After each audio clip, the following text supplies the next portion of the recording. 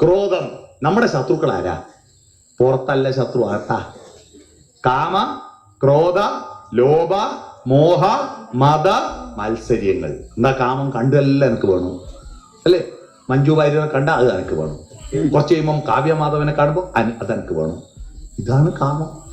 ക്രോധം ഒന്ന് പറഞ്ഞ് രണ്ടാമത്തെ ദേഷ്യം വരിക, കത്തിയെടുത്ത് കുത്തുക, ബോംബെടുത്തെറിയുക. ക്രോധം കൊണ്ടല്ലേ സകല യുദ്ധം ഉണ്ടാകുന്നതും സകല കേസുമുട്ട് ഉണ്ടാകുന്നതും ക്രോധം കൊണ്ടല്ലേ? ദേഷ്യം വന്നിട്ടല്ലേ അല്ലേ?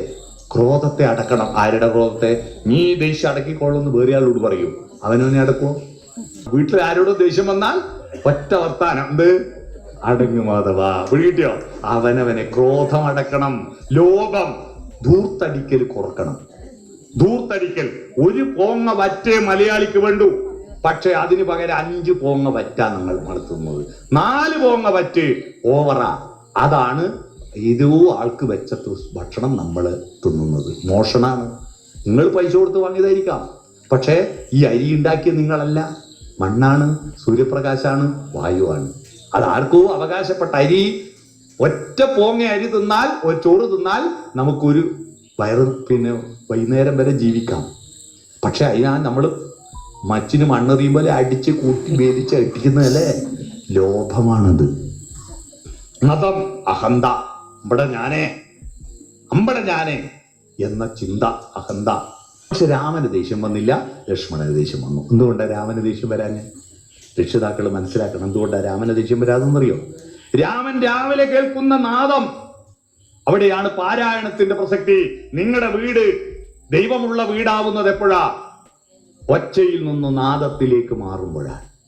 ഒച്ചയിൽ നിന്ന് നാദത്തിലേക്ക് ദേവിയെ പ്രാർത്ഥിക്കുന്നു, മൂകാംബിയെ പ്രാർത്ഥിക്കുമ്പോ കുടജാദ്രിയിൽ കുടികൊള്ളും മഹേശ്വരിയെ, ഗുണദായിനി എന്ന് പറഞ്ഞാൽ കുടജാദ്രിയിലേക്ക് ദേവി പാഞ്ഞു കൊന്നുകയറും.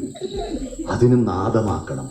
കുടജാദ്രി കുടികൊള്ളും മഹേശ്വരി ഗുണദായിനി. അല്ലേ? അത് പാടുമ്പോൾ നാദമായി. വിശ്വാമിത്രൻ രാമനെ വിളിച്ചുണർത്തിയ നാദം കേട്ടിട്ടുണ്ടാരെങ്കിൽ?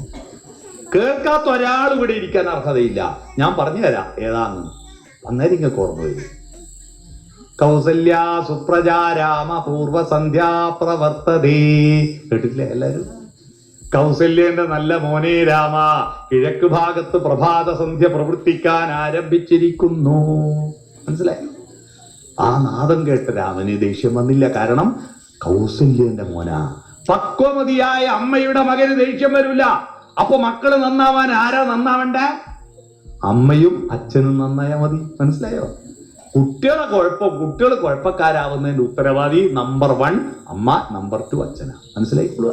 നമ്മളെ മക്കളാ ദൈവത്തിന്റെ മക്കളല്ലല്ലോ. കുട്ടികളെ പിറന്നാളിന് കുട്ടികളെയും കുട്ടി അമ്പലത്തിൽ വരുത്തില്ലേ? എന്തിനാ?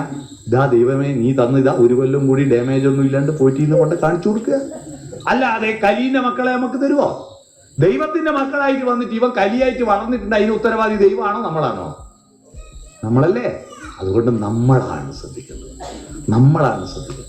അത്തരത്തിൽ ആ നാദം അങ്ങനെ രാമനെ ഉണർത്തുന്നു, ലക്ഷ്മണനെ സാന്ത്വനിപ്പിക്കുന്നു. എന്നിട്ട് കാട്ടിലേക്ക് പോകുന്നു. കാനന